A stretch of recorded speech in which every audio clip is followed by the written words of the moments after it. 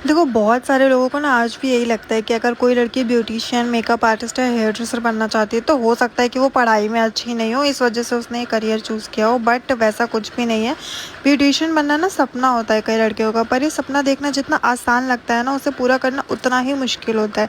जब भी किसी लड़की का मन करता है ना कि वो मेकअप सीखे, ब्यूटी वर्क सीखे, हेयर स्टाइलिंग सीखे, तो सबसे पहले लोग हंसते हैं और कहते हैं, क्या पार्लर वाली बनेगी क्या तू? क्या यही काम रह गया है क्या?" बस यही सोचकर मैंने भी अपना नाम ब्यूटी पार्लर वाली दीदी रखा था। कोई नहीं समझता कि उस लड़की के अंदर क्या हुनर है, वो उसे कुछ क्या दिखाना चाहती है लोगों को, उनको किसी से कोई मतलब नहीं है। एंड पता है, स्टार्टिंग में पैसों की भी कितनी ज़्यादा प्रॉब्लम होती है, कोर्स की फ़ीस भी बहुत ज़्यादा होती है। मेकअप का सामान, ब्यूटिशियन का सामान, हेयर केयर का सामान खरीदना कितना मुश्किल होता है। एंड बहुत कम ही लोग होते हैं जिनको घर से भी सपोर्ट मिलता है, मैक्सिमम लोगों को घर से भी सपोर्ट नहीं मिलता है।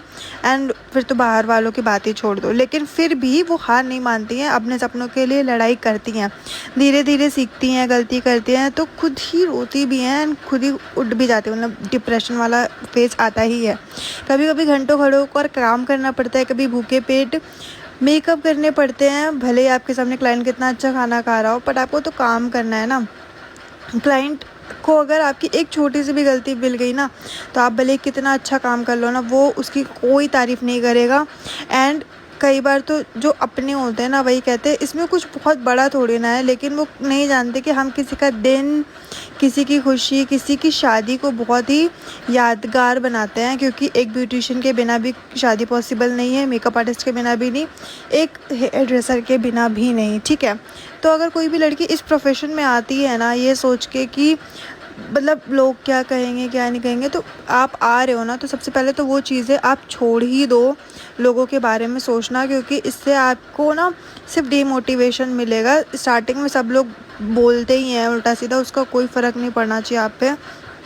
मुझे भी बहुत सारे लोगों ने बोला था, बट मैं अभी भी अपना काम कर रही हूँ। एंड ऐसा नहीं है कि अभी लोग बोलते नहीं हैं, लोग अभी भी बोलते हैं, बट अब मुझे इग्नोर करना आ गया है, ठीक है।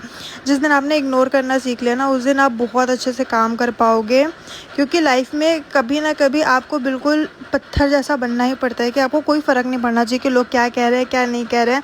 क्योंकि लोगों को नहीं पता कि आपकी लाइफ में क्या चल रहा है, आप क्या स्ट्रगल कर रहे हो क्या नहीं कर रहे हो, वो सिर्फ बाहर से देखते हैं, ठीक है। वो होता है ना, नेवर जज a book by its cover.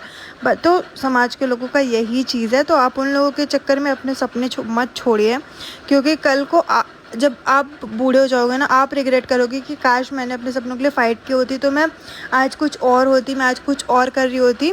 वहाँ पे कोई समाज वाले, कोई घर वाले आपका साथ देने के लिए नहीं आएंगे। तो